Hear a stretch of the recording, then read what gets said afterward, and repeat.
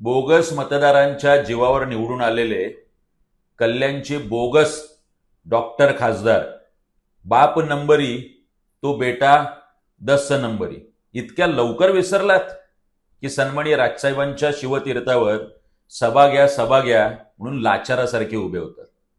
सन्माननीय राजसाहेबांनी नाशिकमध्ये विविध उपयोग केलेले प्रकल्प याची सर येईल असा एक तरी प्रकल्प ठाणे किंवा कल्याण किंवा डोंबिवली या परिसरात आहे.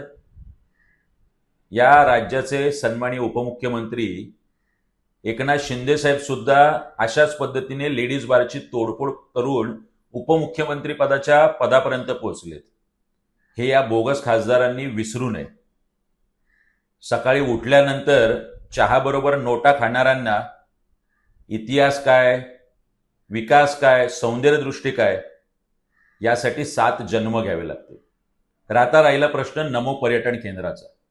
त्या माध्यमातून छत्रपती शिवरायांचे गडकिल्ले, महाराजांचा इतिहास पुसण्याचा जो प्रयत्न आहे तो कावा महाराष्ट्राने ओळखलाय. एवढे लाचार होऊ नका. एवढंच आहे तर तानाजी मालुसरे असतील, राजमाता जिजाऊ असेल, यांचं नाव द्या, लाचारी सोडा.